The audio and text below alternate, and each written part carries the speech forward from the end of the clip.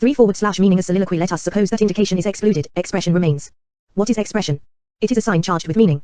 Husserl undertakes to define meaning, Bedeutung, in section 5 of the first investigation, expressions as meaningful signs, Ausdruck Deuseinsieken. Expressions are signs which want to say which mean. A meaning doubtless comes to the sign and transforms it into expression only by means of speech, oral discourse. From indicative signs we distinguish meaningful signs, i.e., expressions, 5, et. p. 275. But why expressions and why meaningful signs? This can only be explained by bringing together a whole sheaf of reasons, unified by a single underlying intention. One expression is exteriorization. It imparts to a certain outside a sense which is first found in a certain inside. We suggested above that this outside and this inside were absolutely primordial. The outside is neither nature, nor the world, nor a real exterior relative to consciousness. We can now be more precise.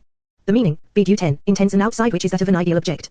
This outside is then expressed and goes forth beyond itself into another outside, which is always in consciousness. For, as we shall see, the expressive discourse, as such and in essence, has no need of being effectively uttered in the world. Expressions as meaningful signs are a twofold going forth beyond itself of the sense, Shin, in itself, existing in consciousness, in the with oneself or before oneself which Husserl first determined as solitary mental life.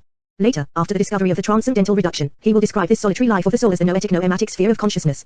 If, by anticipation and for greater clarity, we refer to the corresponding sections in Ideas I, we see how the unproductive stratum of expression comes to reflect, to mirror, wider every other intentionality in both its form and its content. The relation to objectivity thus denotes a pre-expressive, vorausdrücklich, intentionality aiming at a sense which is to be transformed into meaning and expression. It is not self-evident, however, that this repeated and reflected going forth toward the noematic sense and then toward expression is an unproductive reduplication, especially if we consider that by being unproductive Husserl understands the productivity that exhausts itself in expressing, and in the form of the conceptual introduced with this function too we shall have to return to this. We only wanted to note here what expression means for Husserl, the going forth beyond itself of an act, then of a sense, which can remain in itself, however, only in speech, in the phenomenological voice. 2. The word expression is already required in the investigations for another reason. Expression is a voluntary exteriorization, it is meant, conscious through and intentional. There is no expression without the intention of the subject animating the sign, giving it a geistig in indication. The animation has two limits, the body of the sign, which is not merely a breath, and that which is indicated, an existence in the world. In expression the intention is absolutely explicit because it animates a voice which may remain entirely internal and because the expressed is a meaning, Bedeutung, that is, an ideality existing nowhere in the world. 3. That there can be no expression without voluntary intention can be confirmed from another point of view. If expression is always inhabited and animated by a meaning, Bedeutung, why as wanting to say, this is because, for Husserl, the Deutung, the interpretation or the understanding of the Bedeutung, can never take place outside oral discourse, read. Only such discourse is subject to a Deutung, which is never primarily reading, but rather listening. What means i.e., that which the meaning means to say, the meaning, Bedeutung, is left up to whoever is speaking, insofar as he says what he wants to say, what he means to say, expressly, explicitly, and consciously. Let us examine this. Husserl recognizes that his use of the word expression is somewhat forced. But the constraint thus exercised over language clears up his own intentions and at the same time reveals a common fund of metaphysical implications. We shall lay down, for provisional intelligibility, that all speech, read, and every part of speech, redetail, as also each sign that is essentially of the same sort, shall count as an expression, whether or not such speech is actually uttered, or addressed with communicative intent to any persons or not. 5. etp.275. Thus everything that constitutes the effectiveness of what is uttered, the physical incarnation of a meaning, the body of speech, which in its ideality belongs to an empirically determined language, is, if not outside discourse, at least foreign to the nature of expression as such, foreign to that pure intention without which there could be no speech. The whole stratum of empirical effectiveness, that is, the factual totality of speech, thus belongs to indication, which is still more extensive than we had realized. The effectiveness, the totality of the events of discourse, is indicative, not only because it is in the world, but also because it retains in itself something of the nature of an involuntary association.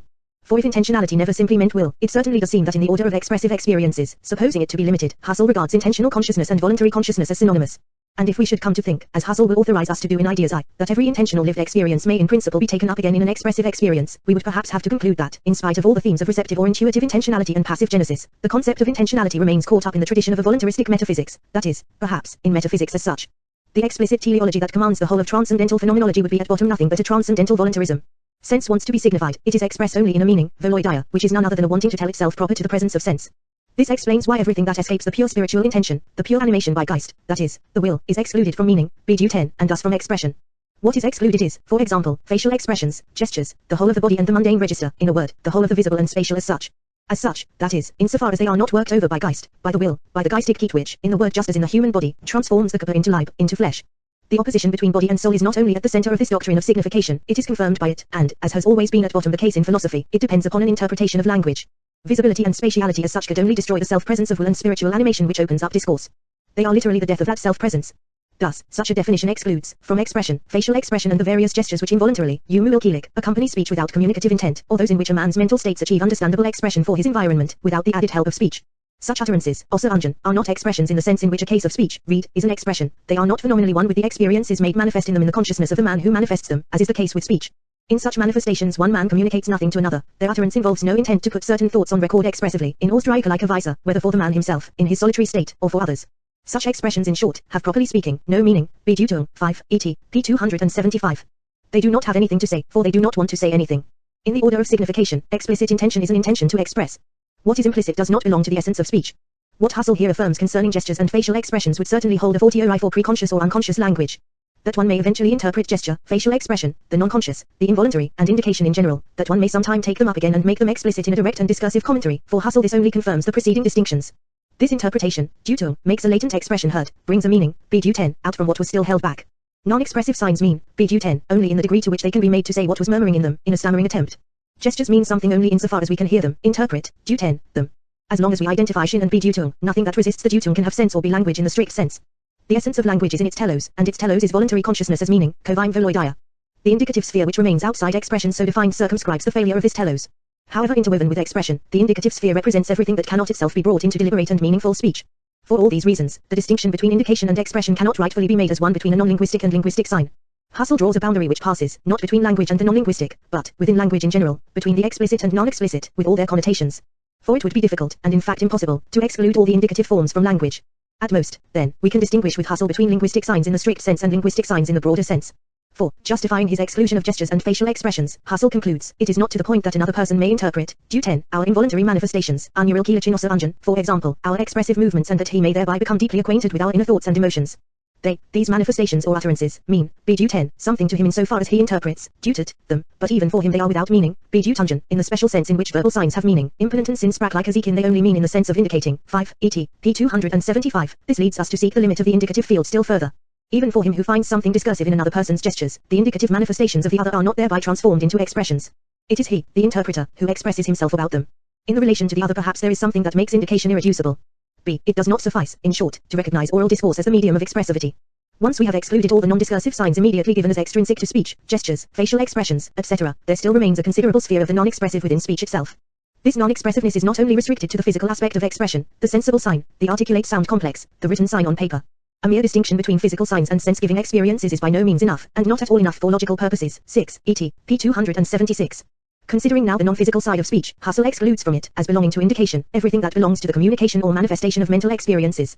The move which justifies this exclusion should teach us a great deal about the metaphysical tenor of this phenomenology. The themes which will arise therein will never again be re-examined by Husserl, on the contrary, they will repeatedly be confirmed. They will lead us to think that in the final analysis what separates expression from indication could be called the immediate non-self presence of the living present. The elements of worldly existence, of what is natural or empirical, of sensibility, of association, etc., which determine the concept of indication, will perhaps, certainly across a number of mediations we can anticipate, find their ultimate unity in this non-presence. And this non-presence to itself of the living present will simultaneously qualify the relation to others in general as well as the relation to the self involved in temporalization. This takes form slowly, prudently, but rigorously in the investigations. We have seen that the difference between indication and expression was functional or intentional, and not substantial. Husserl can thus think that some elements of a substantially discursive order, words, parts of speech in general, function in certain cases as indicative signs. And this indicative function of speech is everywhere at work. All speech inasmuch as it is engaged in communication and manifests lived experience operates as indication. In this way words act like gestures. Or rather, the very concept of gesture would have to be determined on the basis of indication as what is not expressive. Husserl indeed admits that expression is originally framed to serve the function of communication, first investigation, 7. And yet expression itself is never purely expression as long as it fulfills this original function, only when communication is suspended can pure expression appear. What in effect happens in communication? Sensible phenomena, audible or visible, etc., are animated through the sense-giving acts of a subject, whose intention is to be simultaneously understood by another subject. But the animation cannot be pure and complete, for it must traverse, and to some degree lose itself in, the opaqueness of a body. Such sharing, of communication, becomes a possibility if the auditor also understands the speaker's intention. He does this inasmuch as he takes the speaker to be a person, who is not merely uttering sounds but speaking to him, who is accompanying those sounds with certain sense-giving acts, which the sounds reveal to the hearer, or whose sense they seek to communicate to him. What first makes mental commerce possible, and turns connected speech into discourse, lies in the correlation among the corresponding physical and mental experiences of communicating persons which is effected by the physical side of speech. 7, et. p. 277. Everything in my speech which is destined to manifest an experience to another must pass by the mediation of its physical side. This irreducible mediation involves every expression in an indicative operation. The manifesting function, conjuvendi function, is an indicative function. Here we find the core of indication. Indication takes place whenever the sense-giving act, the animating intention, the living spirituality of the meaning intention, is not fully present. When I listen to another, his lived experience is not present to me in person in the original. Husserl thinks I may have a primordial intuition, that is, an immediate perception of what is exposed of the other in the world, the visibility of his body, his gestures, what may be understood of the sounds he utters. But the subjective side of his experience, his consciousness, in particular the acts by which he gives sense to his signs, are not immediately and primordially present to me as they are for him and mine are for me. Here there is an irreducible and definitive limit. The lived experience of another is made known to me only insofar as it is mediately indicated by signs involving a physical side. The very idea of physical side is conceivable in its specific difference only on the basis of this movement of indication. To explain the irreducibly indicative character of manifestation, even in speech, Husserl already proposes certain themes which will be meticulously and systematically elaborated in the fifth Cartesian meditation. Outside the transcendental monadic sphere of what is my own, mere eigens, the ownness of my own, eigenheit, my own self-presence, I only have relations of analogical at-presentation, of mediate and potential intentionality, with the other's ownness, with the self-presence of the other. Its primordial presentation is closed to me. What will there be described under the surveillance of a differentiated, bold, and rigorous transcendental reduction is here, in the investigations, sketched out in the parallel dimension of the mental. The hearer perceives the intimation in the same sense in which he perceives the intimating person, even though the mental phenomena which make him a person cannot fall, for what they are, in the intuitive grasp of another. Common speech credits us with percepts even of other people's inner experiences, we see their anger, their pain, etc. Such talk is quite correct, as long as, for example, we allow outward bodily things likewise to count as perceived, and as long as, in general, the notion of perception is not restricted to the adequate, the strictly intuitive percept. If the essential mark of perception lies in the intuitive persuasion, vermeinen, that a thing or event is itself before us, gegenwärtigen, for our grasping, such a persuasion is possible, and in the main mass of cases actual, without verbalized, conceptual apprehension, then the receipt of such an intimation, Kundnam, is the mere perceiving of it. The hearer perceives the speaker as manifesting certain inner experiences, and to that extent he also perceives these experiences themselves. He does not, however, himself experience them, he has not an inner but an outer percept of them.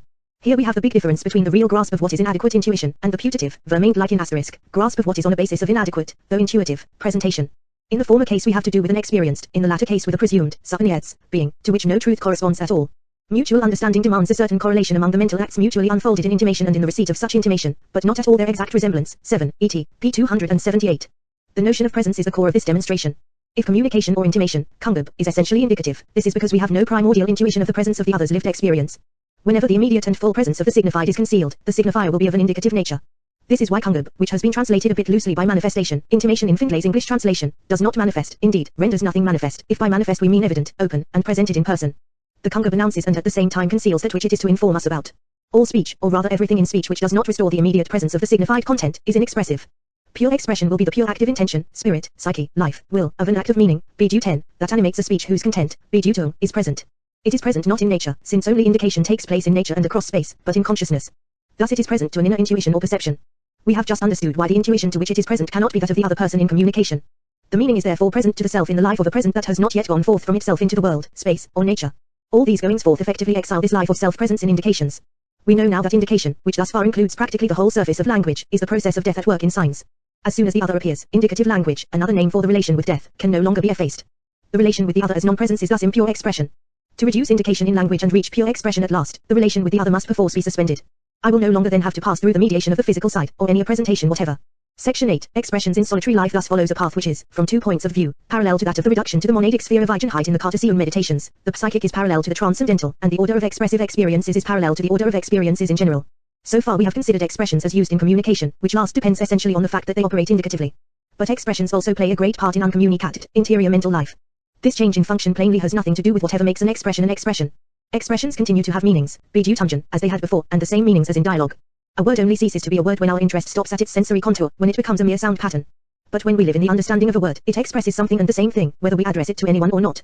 It seems clear, therefore, that an expression's meaning, becuto, and whatever else pertains to it essentially, cannot coincide with its feats of intimation. 8. Et. EP 278-79. The first advantage of this reduction to the interior monologue is that the physical event of language there seems absent. Insofar as the unity of the word, what lets it be recognized as a word, the same word, the unity of a sound pattern and a sense, is not to be confused with the multiple sensible events of its employment or taken to depend on them. The sameness of the word is ideal, it is the ideal possibility of repetition, and it loses nothing by the reduction of any empirical event marked by its appearance, nor all of them. Although what we are to use as an indication, the distinctive sign, must be perceived by us as existent, the unity of a word owes nothing to its existence, Dasein, existence. Its being an expression owes nothing to any worldly or empirical existence, etc. It needs no empirical body but only the ideal and identical form of this body insofar as this form is animated by a meaning. Thus in solitary mental life the pure unity of expression as such should at last be restored to me. Is this to say that in speaking to myself I communicate nothing to myself? Are the kungab, the manifesting, and kundnam, the cognizance taken of the manifested, suspended then? Is non-presence reduced and, with it, indication, the analogical dator, etc.? Do I not then modify myself? Do I learn nothing about myself? Husserl considers the objection and then dismisses it. Shall one say that in soliloquy one speaks to oneself, and employs words as signs, Zeichen, i.e., as indications, and Zeichen, of one's own inner experiences? I cannot think such a view acceptable. 8. Et. p. 279. Husserl's argumentation is decisive here, we must follow it closely. The whole theory of signification introduced in this first chapter devoted to essential distinctions would collapse if the kungab/kundnam function could not be reduced in the sphere of my own lived experiences. In short, if the ideal or absolute solitude of subjectivity proper still needed indications to constitute its own relation to itself. We see unmistakably that in the end the need for indications simply means the need for signs. For it is more and more clear that, despite the initial distinction between an indicative sign and an expressive sign, only an indication is truly a sign for Husserl. The full expression, that is, as we shall see later on, the meaning-filled intention, departs in a certain manner from the concept of the sign. In the phrase just quoted, we can read, as signs, i.e., as indications / but for the moment let us consider that as a slip of the tongue, the truth of which will be revealed only as we go on. Rather than say as signs, i.e., as indications, als Zeichen, nämlich als Anzeichen, let us say signs, namely, signs in the form of indications.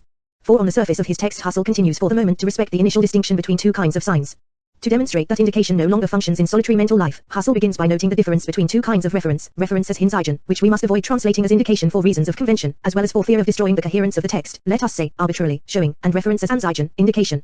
If in the silent monologue, as everywhere else, words function as signs and if everywhere they can be said to show something, Hinzeichen, then in this case, Husserl tells us, the passage from expression to sense, from the signifier to the signified, is no longer indication. The Hinzeichen is not an Anzeichen, for this passage, or this reference, occurs without any existence, Dasein, existence, whereas in indication an existing sign or empirical event refers to a content whose existence is at least presumed, and it motivates our anticipation or conviction of the existence of what is indicated. An indicative sign cannot be conceived without the category of empirical, which is to say only probable, existence. Husserl will thus define worldly existence in contrast to the existence of the ego cogito. The reduction to the monologue is really a putting of empirical worldly existence between brackets. In solitary mental life we no longer use real, wirklich, words, but only imagined, Vorstellt, words. And lived experience, about which we were wondering whether it might not be indicated to the speaking subject by himself, does not have to be so indicated because it is immediately certain and present to itself. While in real communication existing signs indicate other existences which are only probable and immediately evoked, in the monologue, when expression is full 5 non-existent signs show significations, bedeutung, that are ideal, and thus non-existent, and certain, for they are presented to intuition. The certitude of inner existence, Husserl thinks, has no need to be signified. It is immediately present to itself. It is living consciousness. In the interior monologue, a word is thus only represented. It can occur in the imagination, fantasy. We content ourselves with imagining the word, whose existence is thus neutralized. In this imagination, this imaginary representation, Fantasievorstellung, of the word, we no longer need the empirical occurrence of the word, we are indifferent to its existence or non-existence. For if we need the imagination of the word, we can do without the imagined word. The imagination of the word, the imagined, the words being imagined, its image is not the imagined word. In the same way as, in the perception of the word, perceived or appearing, which is in the world belongs to a radically different order from that of the perception or appearing of the words being perceived, so the imagined word is of a radically heterogeneous order from that of the imagination of the word. This simple and subtle difference shows what is irreducibly specific to phenomena, and unless one lends a constant and vigilant attention to differences such as these, one can understand nothing of phenomenology. But why is Husserl not content with the difference between the existing, or perceived, word and the perception or being perceived, the phenomenon, of the word? It is because in the phenomenon of perception reference is made, within its phenomenal being, to the existence of the word. The sense of existence thus belongs to the phenomenon. This is no longer the case in the phenomenon of imagination. In imagination the existence of the word is not implied, even by virtue of intentional sense. There exists only the imagination of the word, which is absolutely certain and self-present insofar as it is lived.